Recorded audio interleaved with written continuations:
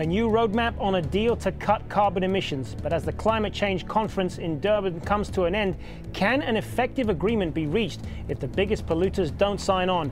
And who stands to lose the most? This is Inside Story.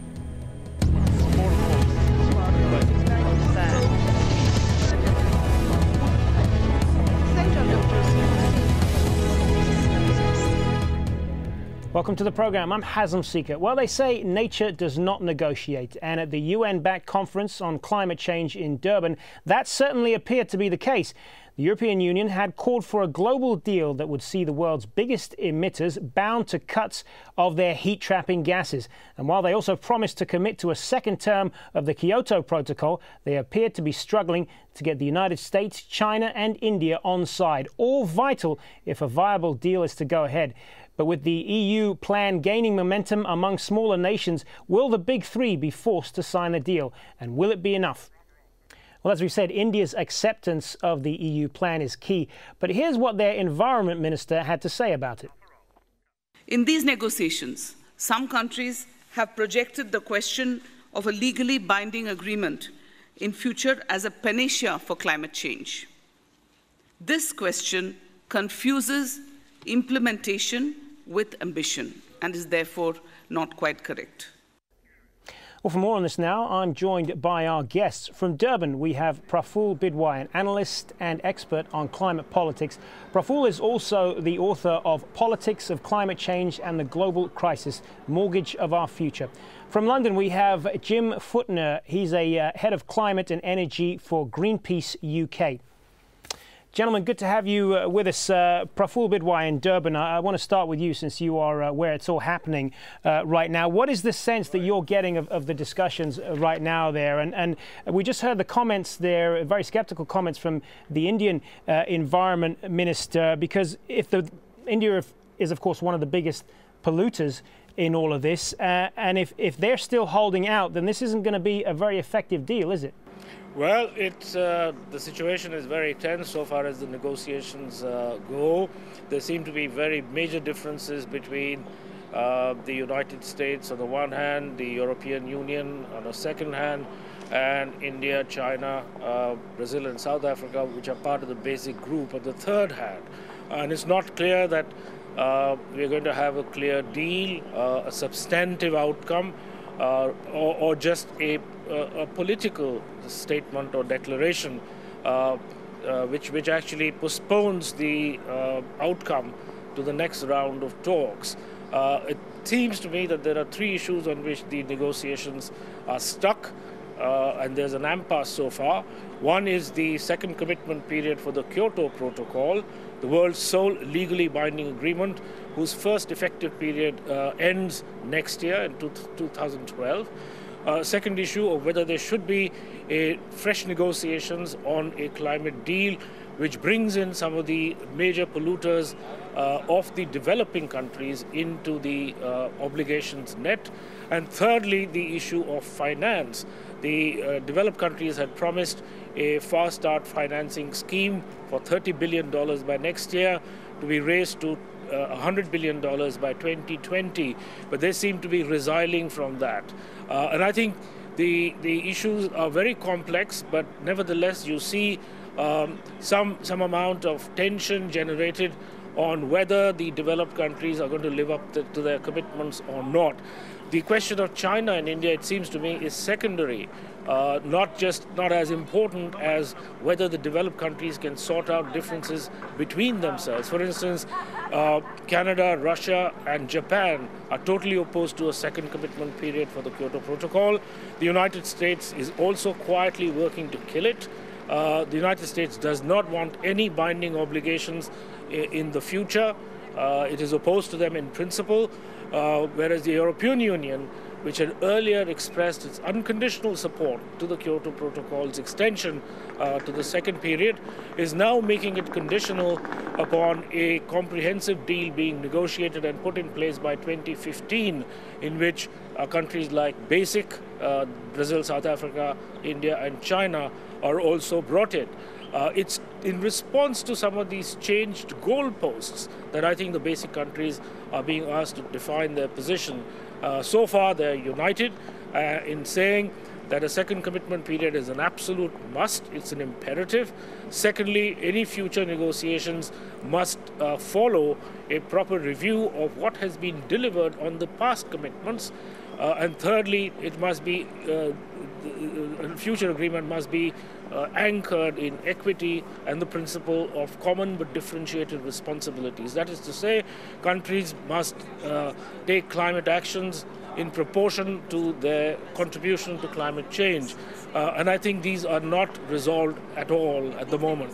It seems to me that a blame game has already started, and there are rumors that that the United States, which had earlier indicated a willingness to go along with what it called the roadmap proposed by the European Union, has already gone back and rescinded that statement.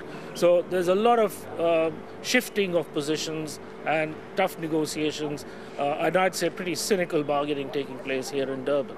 Jim Footner, what's your take on this? If we get any sort of agreement coming out of this conference, is it going to be anything substantial in tackling climate change?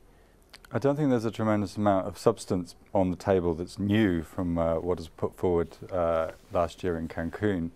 But I do think there is one very valuable thing on the table right now which is worth fighting for, which the European Union and a fairly broad alliance of progressive states, particularly those of the more vulnerable kind, are aligning behind, which is essentially whether or not you lock down the very low level of ambition that was agreed in the previous accord, or whether you essentially agree a timetable to then renegotiate that level of ambition. Otherwise, we face the prospect of losing a decade of action, of time, basically, in order to take action on climate change.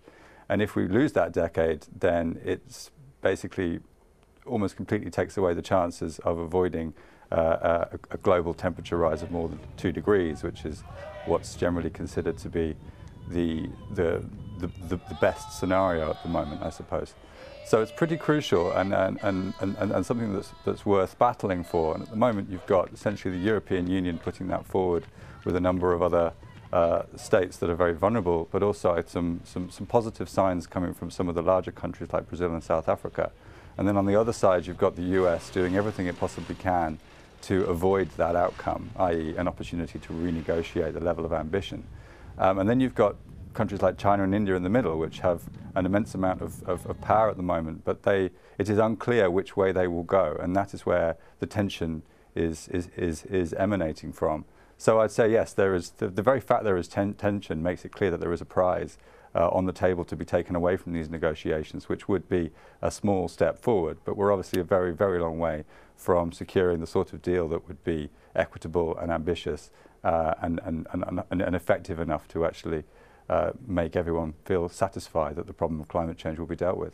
Praful Bidwai, what's different about this particular round of talks on climate change? Because the narrative that we always got from previous talks was that it was essentially rich versus poor, that there was an obligation on the richer countries to make tighter targets on global emissions, while the poorer countries needed time to catch up on this. But is it as simple as that now? Well, I think the issue is a bit more complicated. The rich countries haven't delivered on the commitments under the Kyoto Protocol. They were only asked to reduce their emissions of the 1990 level by just 5% by 2012, and many of them will not do so. The United States never ratified Kyoto, and its emissions are still rising. Canada and Australia are going to exceed their Kyoto targets by 30% or so. Some European Union states like France, Italy, and the Netherlands will also fail to meet their Kyoto commitments, in spite of the fact that they have the advantage of having in the so-called Annex 1 group of developed countries the failed and contracting economies of the former Eastern Bloc, which actually have reduced their emissions because their economy is contracted, and also because they have been using carbon credits and offsets to trade in order not to undertake direct emissions reductions themselves, but instead trade them by offering money to buy credits, with which to buy credits and so on. Now, this carbon trading has turned out to be a huge scandal with extremely liberal and generous allowances being made for rich countries and corporations, with all manner of inappropriate projects being approved for offsets, with all kinds of scams in speculative trading, very similar to the financial trading that and the subprime lending that brought about the global financial crisis, and with a whole bunch of non-existent projects, fictitious projects being taken up for credits. So, for instance, 80% of the dams for which credits are claimed were already in existence or under advanced construction, and so they should not qualify for what is called a clean development mechanism. So there is, on the one hand, the failure of the rich countries to live up to their Kyoto commitments. Secondly, their own emissions reductions offers are hedged in with all manner of conditions and accounting tricks, so their actual reductions may be much, much lower. For instance, the loopholes that exist in the accounting practices that are being followed are larger in the extreme instance than their sum total of their emissions reductions. So this is not going to deliver the results that we want, and that's why the poor countries are very unhappy with what the developed countries of the North have Jim Footner, done so far. What kind of pressure, if any, can be brought to bear on those countries that are still holding out, like the United States, like India and China and so forth? Because if things get to a critical mass of countries agreeing to a deal to tackle climate change, does that tip the balance against them at all?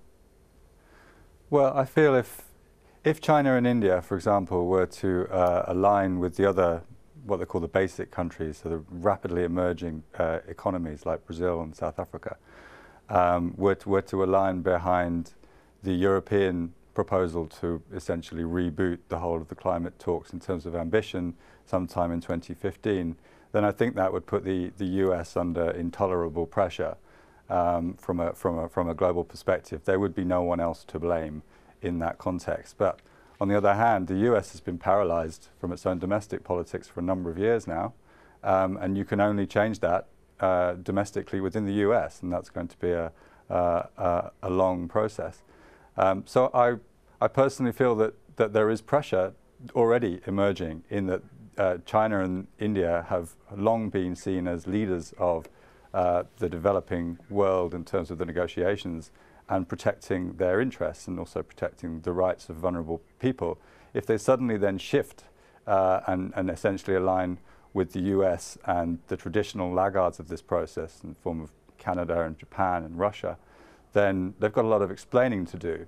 And it also doesn't really chime, particularly with the domestic circumstances in China, in that they've just set themselves a relatively ambitious 5-year plan that looks to reduce their dependence on the most climate damaging energy source, which is coal. They've set themselves targets around efficiency, energy intensity, and so on. And they have potential, genuine potential to actually meet those targets.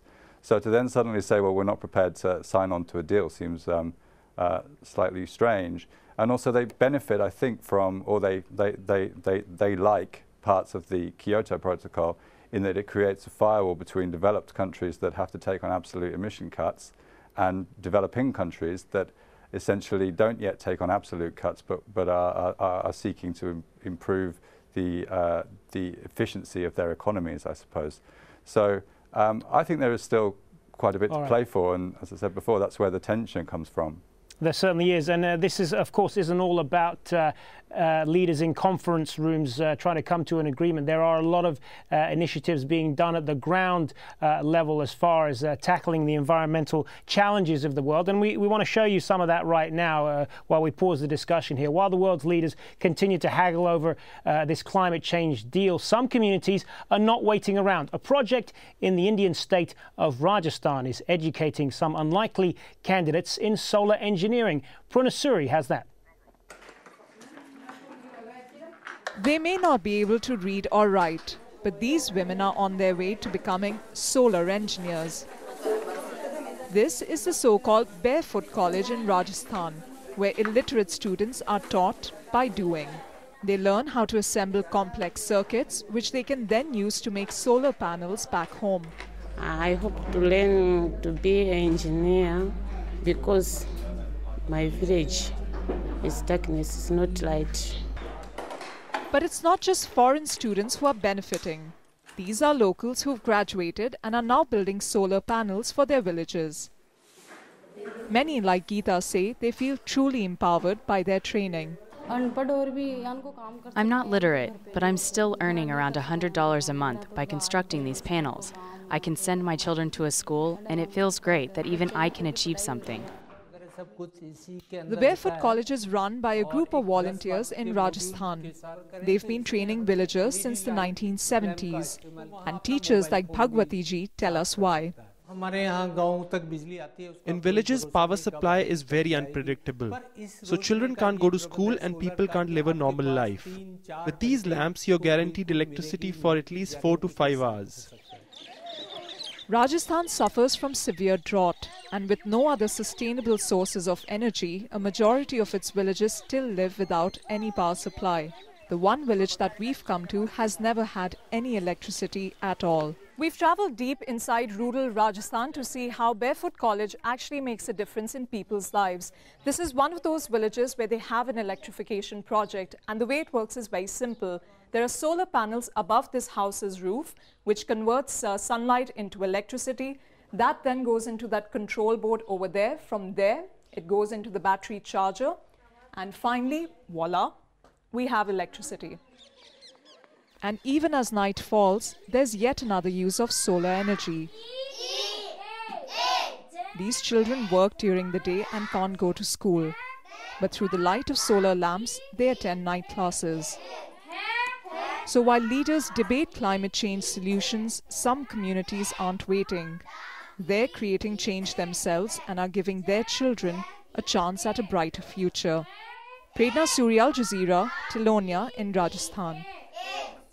So just an idea there of some of the things that are being done at the local level. And Praful Bidwai, if I could turn back to you on this, it's easy to be pessimistic about the prospects for a comprehensive global agreement on tackling climate change when you see lots of leaders and delegates of these conference rooms not able to come to any sort of viable deal. But when you see some of the things that are happening on the ground level, individuals and private businesses taking matters into their own hands, as we just saw, does it give you hope that that all of this can be reversed?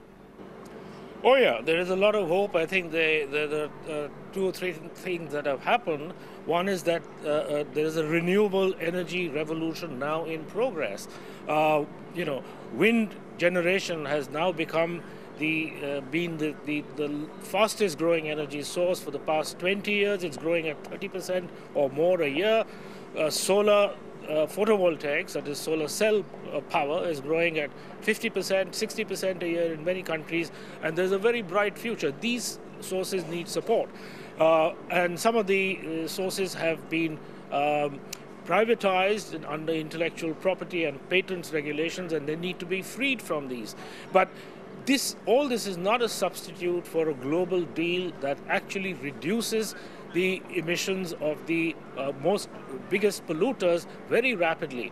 The world must actually peak its emissions in the next 2 to 5 years and then then reduce them by 6% to 7% a year till they stabilize to a level where dangerous climate change and global warming beyond 1.5 to 2 degrees Celsius is averted. Otherwise, we are in for deep trouble. And the sad thing is that this deal is not taking place.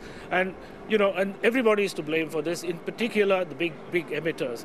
The European Union should have, had it been serious about reaching a good agreement at Durban, should have taken China and India and Brazil and South Africa along and isolated the United States and reached a deal deal on extending the Kyoto Protocol, raising the level of ambition, offering deeper cuts, and then encouraged China, India, Brazil, and South Africa, the basic group, to take on obligations, binding obligations in the future. Instead, it made its commitment to the Kyoto Protocol conditional upon a deal that the basic group is not quite willing to do.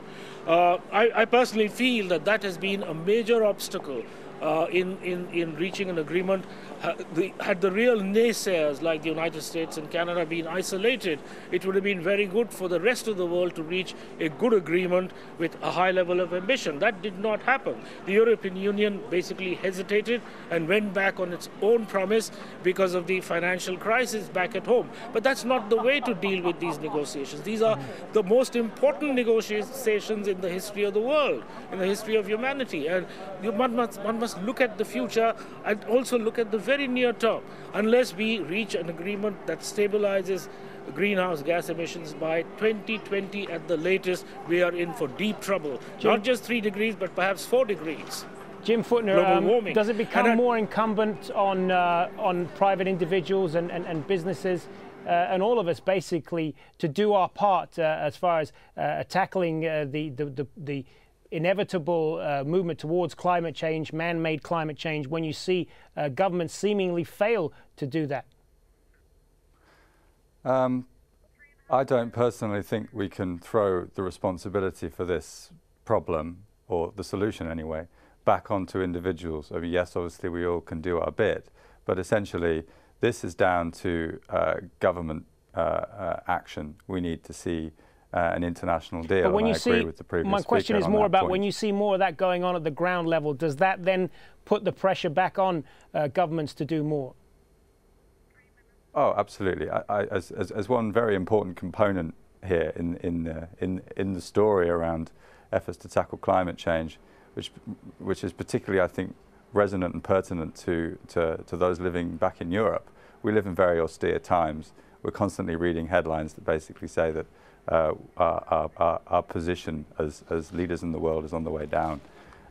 What climate change offers in some ways is an opportunity to radically re-gear our economy and potentially improve the quality of our lives in such a way that actually creates new industries, new economic opportunities fit for the 21st century. And we have a role in that. We have a very important role in Europe, in the United States, in actually pushing that forward.